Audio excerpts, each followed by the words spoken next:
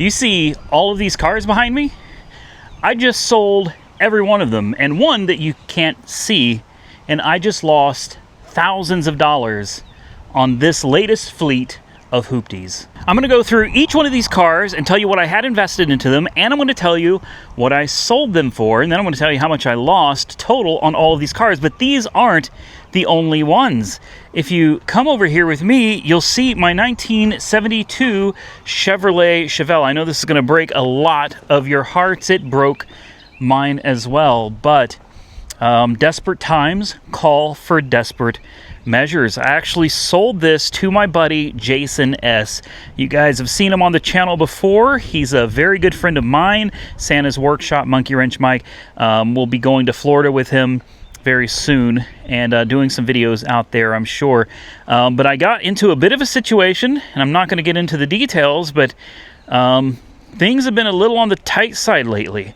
And I decided, you know what, it's time to just unload a lot of this stuff. Let's turn it into cash, and let's try to make lemons out of lemonade. So let's start with the 72 Chevelle. No, we're going to actually end with the 72 Chevelle. Unless you want to start right, let's go ahead. Let's go ahead. I bought this car for around $35,000. I don't remember the exact numbers, but it was around 35 grand. I spent over, I don't know, $2,000 on wheels and tires. I put Bill Stein, however you want to say it, shocks on it. I did all of the fluids, put a $300 air cleaner on it. I bought some other little odds and ends that I have not put on it yet, including a brand new set of their genuine GM certified tail and reverse lights, and the license plate hanger here. You see how floppy it is? Not in very good shape. I got a brand new one to go with it as well that I'll probably put on.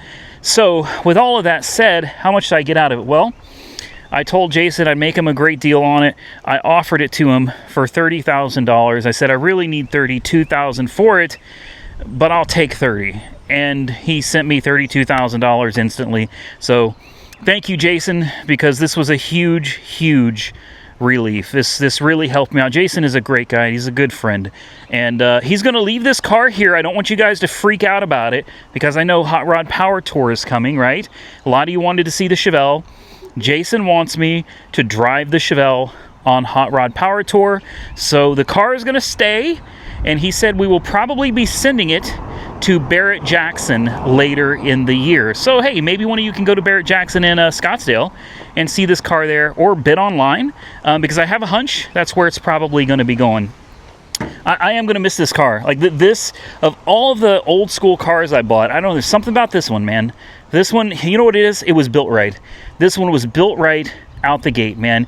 It runs and drives exactly like it should. It's got a 406. It's got a Tremec TKX transmission. The gears they're not crazy gears. You know, they're like, I don't know, three something. They're low, or sorry, high, I guess. They're great cruising gears. This car is just a dream to drive. No leaks, no smoke, no nothing. It gets 17 miles a gallon. It's just an all-around great running, driving, cruising car. Now, let's get into this batch of cars over here. All right, this is my 1994 Pontiac Grand Prix. And total investment, even though this was a $400 car, total that I had into this was $1,238. You know what I sold it for? $625. Yeah, I lost over $600 on this one. That's fine. Moving on to the 2014 Dodge Charger. This one I had $3,917 invested in, and I sold it for $3,975, which means I actually made $58 on this car. And that brings us to my 1988 Ford Mustang GT. I had $7,724 into this, and I sold it for $6,550. Ouch. Actually, I thought I had gotten more out of this. Anyway, according to this, I lost $874. Damn. Okay. Let's move on to the Chevy Tahoe. This is a 2011 Tahoe LTZ, and I paid $3,000. I had $3,000 into it. I cleaned it, and that's pretty much it. So $3,000 into it. I actually sold it for $3,725, which means I made a profit of $725 on this truck. That's absolutely incredible, because I don't ever make a profit on anything. Next, you guys remember my hydrogen cars, because we have two of them sitting right next to each other. This is my 2023 Toyota Mirai that I bought in California. It's got 30,000 miles. I bought it sight unseen, and I paid $5,359, I think, after auction fees and all of that good stuff. Beautiful car, still under factory warranty, runs and drives great. The only problem is there is no hydrogen in Oklahoma. You can't get fuel for this car here, and apparently California is out of hydrogen as well. So hydrogen cars are about to be a big problem. Thankfully, I sold it for $4,950, which means I only lost $409 on this car. I got to show the interior of this to you. This is built on the Lexus LS platform. Guys, this is a magnificent car. It's too bad that instead of putting a charge port on it, it's really too bad. This whole thing could have been a perfect car if they had only made it electric. That's it, because it is an electric car. The car has an electric motor. It runs on electricity, but it does it in a very inefficient way where it converts hydrogen to electricity, and then the byproduct is H2O. It's pure drinking water. Well, I wouldn't say drinking water, but it's pure water that comes out of the exhaust. You could have solved this whole problem. Oh, you got to push the button. You probably got to have the key in it. I got to show you the port in case you haven't seen one of these before. There is a...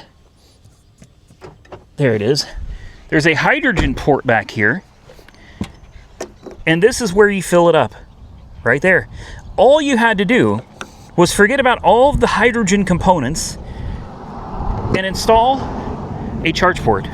You'd be good to go. Let me show you under the hood, because this thing is actually...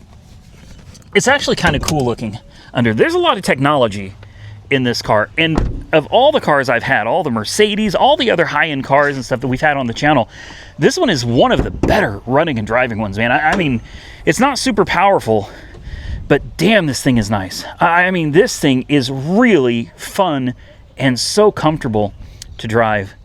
So there it is, your fuel cell engine. Rear-wheel drive, too. That's where they made a big improvement on this one. This one also gets more range. It's more efficient. It holds more fuel.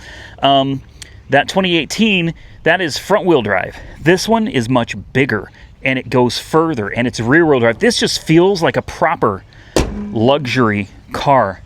So, yeah, if you can imagine selling a 2023 Toyota, still under factory warranty, for $4,950. That blows my mind. I don't know if you guys know about Toyota and Lexus. They ain't cheap.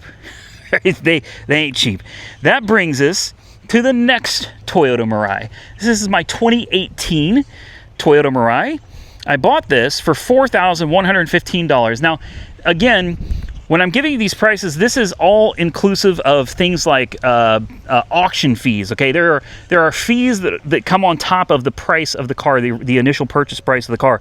So for this one, I had $4,115 into, and I sold it for $2,150. I lost, of all these cars, this is what's crazy, of all these cars, other than probably the Chevelle, I lost the most money on this one, on this hydrogen fuel cell car. These are all clean title cars. This one has like 88,000 miles on the odometer. It's a little rougher than that one, okay? This one's got little dings and scrapes, and someone put plastic over the tail light here. This was my first hydrogen car. I actually flew out to California. I bought this for cheap, flew out to California, drove it all over California with Monkey Wrench Mike. We had a great time in this car. And then I bought this one, and Monkey Wrench Mike and I flew back out to California, and we did it again. What's crazy is I got more views on this car than I got on this car. But the video on this car paid out $2,000 for a single video. This car made $2,000. This car, $500. Make that make sense. I don't pretend to understand how the algorithm works, but anyway, here is the interior of the 2018 Toyota Mirai. It is, again, an absolutely stunning and beautiful car. It rides and drives great. I would own one of these all day, every day, if it was electric.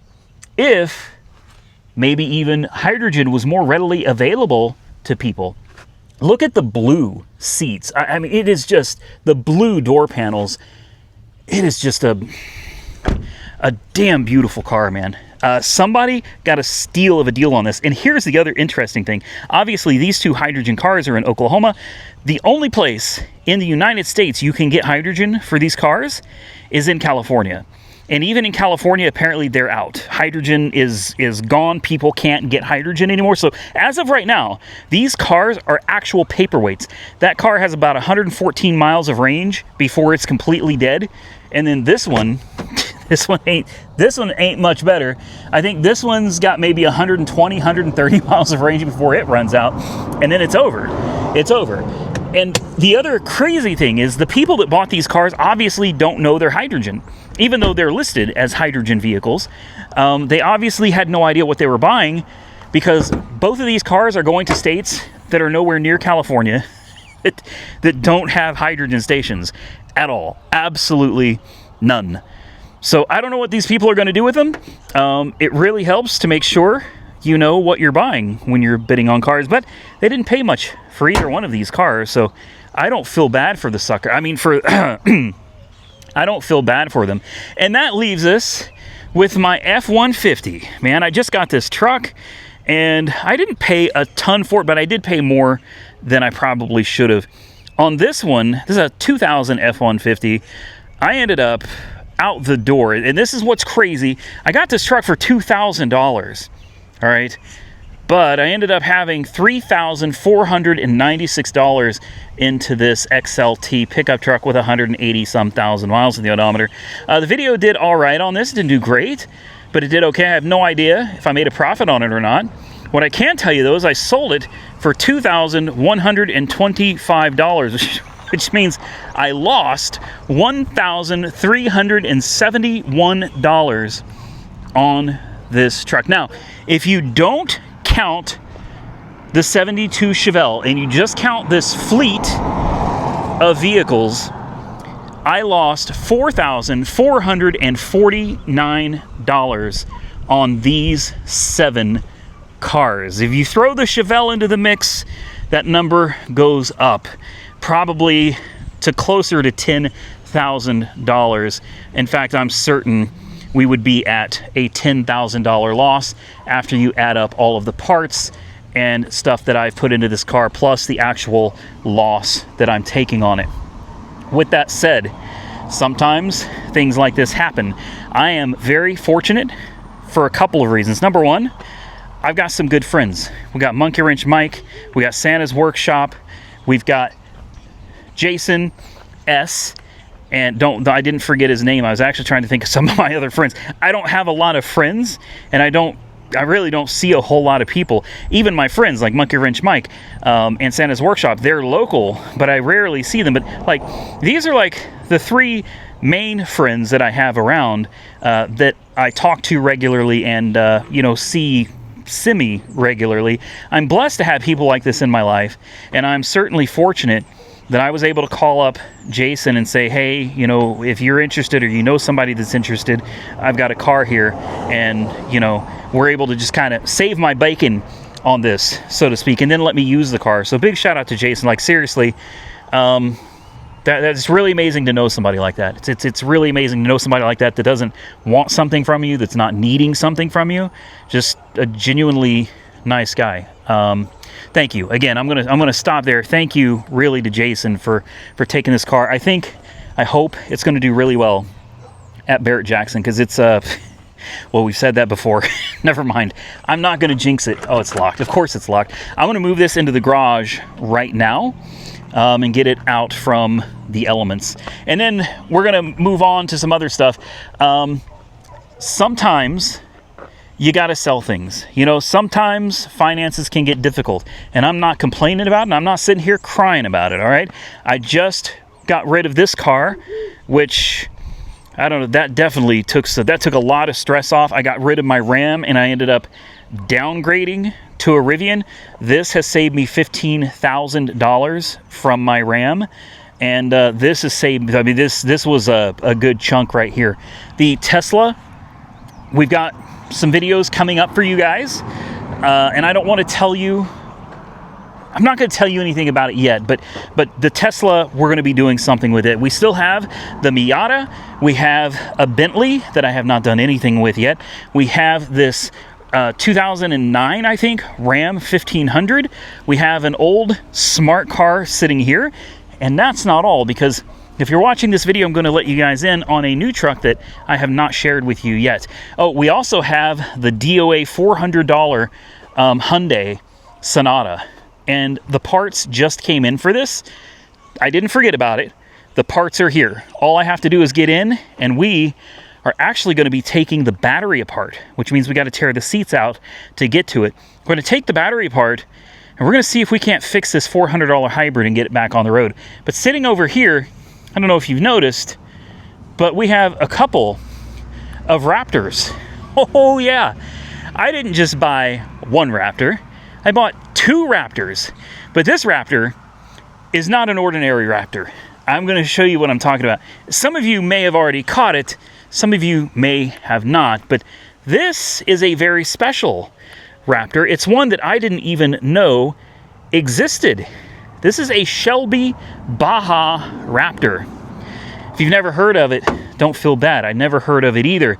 This, the Baja edition, is over 700 horsepower from a supercharged 6.2 liter V8. I believe it's a Whipple supercharged 6.2 liter V8. And yes, the Baja edition does come with these rims factory. These are bead lockers. Yep, and it's riding on 35s. Oh man, are y'all ready for this? Are y'all ready for this? You guys want to know what I paid for it? $10,000. I kid you not. I kid you not. I bought this Raptor, over 700 horsepower, supercharged Whipple from Shelby. I got it for 10 grand. To put that into perspective, and yes, it is the 6.2 liter. To put that into perspective, this Raptor right here is a 2010. This is a 2014. I paid $10,000 for the 2010. In fact, the 2010 I believe was $10,350. This one was like $10,450. I actually bought this from Copart in Pennsylvania. Yeah, Pennsylvania. All right, I'm giving you guys a sneak peek. This is a preview into what's coming. If I can get this freaking thing open, my goodness. Oh yeah. You thought I was joking?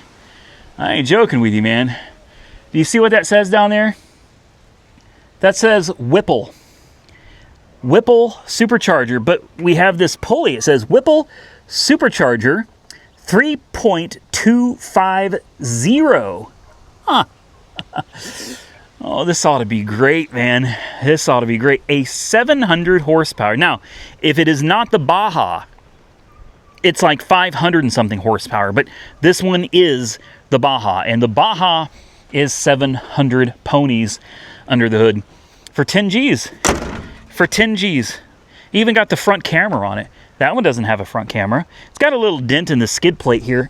I don't think there's any real damage. And this is also clean title. I don't know if you guys remember, but I'm not buying salvage title cars anymore. I don't do that. I only buy clean title vehicles or vehicles that already come with a rebuilt title. This is clean title. And I want to tell you, other than being dirty, this is a nice looking truck, guys. This is honestly a really nice looking truck. So I'm very excited to bring this one to the channel here in the near future. I'm surprised how clean the interior is. I could let you guys in on one more secret, I guess, if you really want to know, because this is probably the biggest shocker, other than the price, is the miles. You guys have any idea how many miles are on this truck? You want to guess? Go ahead, drop a comment. Guess right now. Guess how many miles are on this truck. You'll never get it. 300,000 miles. I'm not joking. I'm not even joking. This truck has 300,000 miles on the odometer. This one has like, and this is the 5.4 3-valve Triton. This one has like 220,000 miles. People think Raptors are like these unreliable trucks. I'm telling you, they are some of the best trucks you can buy, and you can get them cheap, especially if you get them with miles on them. So there you go, 300,000 miles, 10,000 bucks. 200,000 miles, 10,000 bucks. Take your pick. You want a supercharged 6.2 liter, the 700 horse, 10,000 bucks. You want an old 3-valve 5.4, 10,000 bucks. Take your pick. And there we are. There you have it. I think that is everything other than the car in the garage, which is my orange wrapped C5 Corvette. It is the current car being given away, and that car, by the time this video comes out, should already be long gone. I am debating on what to do with the Lincoln. I've had a lot of you asking what I plan on doing with this car, and honestly, the views did not do great. They did okay, but they didn't do great. The next step to this car would be getting the suspension off the ground, which is going to require a coil conversion kit from the air suspension. I know a lot of you wanted me to fix the air suspension, but I came out off camera and I went through this car, and I'm going to tell you what I found. I can just show you actually what I found because it's hanging right under here. Yeah, you see this? That's an airline, and you see how it's chewed up there too? The rodents ate all of the airlines in the car, all of them. So you are not getting the air suspension fixed on this car, not without replacing the compressor, the accumulators, the airlines, and all of the shocks. Okay, it's toast, it's trashed. The coil over kit, or the coil conversion kit for this car, from the company that I'd be getting it from, is over $700. 700 bucks. Is it worth it? You know, maybe. We got it running. It had been parked for something like 15 years. We got it running, but obviously the fuel system is going to be trashed on it. And then we have this problem, and this is a really big problem. We have a rodent problem with this car. I have sucked up, blown out this engine repeatedly, and it's been perfectly clean. And a rodent keeps coming back and eating. Look, this wasn't here. This is from up here. So the rodent has come back and started eating. We also have fresh crap. There's poo there. That wasn't there. It was not. They ate this line. The rodents have definitely come back. They're definitely still under the hood of this car. They've been chewing up new wiring. Right here, let me take this off for you so you can see a little bit better. Do you see the wiring right there? There it is. Yep, they came in and literally chewed up the wiring.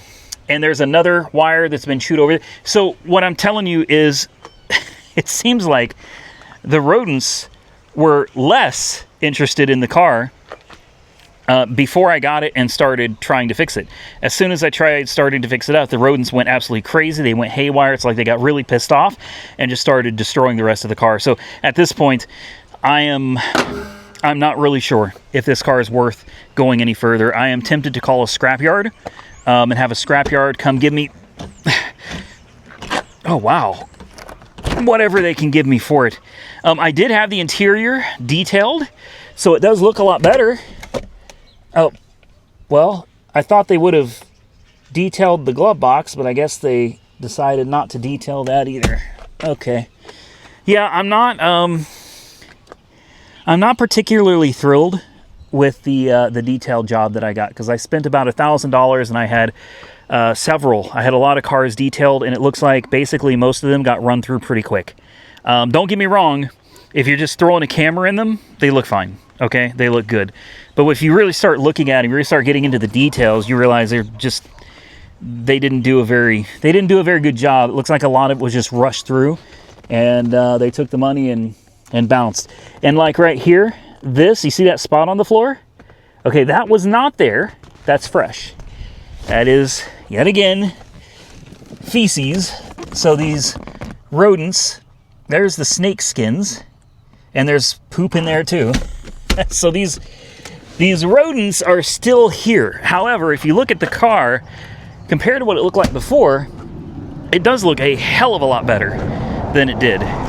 But in my opinion, it doesn't look like what I paid for them to look like. There's still poop and stuff in the back window that didn't get cleaned up. And several of my cars are this way. This is another one that's just there's stuff all over the back here, just everywhere. The package tray never got vacuumed, never got touched. I guess you guys probably can't see it from the reflection, but anyway, that's enough of that. I am on the fence about what to do with the Lincoln. I don't know if I really want to spend the money on the coilover kit, $700 and some for that. Then we got to get it into the garage. We got to drop the fuel tank. Probably going to need a tank and sending unit assembly. And then we got to get to wiring and injectors. And at that point, it's just, I'm not sure there's any winning for us on that one. The Bentley Continental GT, another mistake that I made. Super cheap car, and we found out it's only running on half of the engine, so it was cheap for a reason. We're going to tear into this one. We're going to see if we can fix it on the cheap. If we can, great. If we can't, then I'll probably end up sending it down the road. The Smart Car, this one, I'm actually going to clean up a little bit. And then I'm probably just going to send this one down the road. In fact, I've got a local dealer that may be interested in this. If so, I'll sell it to him. This Ram right here, I might go ahead and just sell this one as well and get it out of here. I need to remove a lot of these cars, and we need to start finding some fresh content. Because cars that don't get views are not cars that are good for the channel. I need to make sure we are filming vehicles that are making money. And if they don't make money, they don't make sense. With that, I guess I am going to get out of here. I hope you guys all enjoyed today's video. If you did, hit the thumbs up button and let me know. Consider subscribing to the channel if you're not already subscribed. And until next time, stay safe out there, everybody. I look forward to seeing you all again very soon in the next one.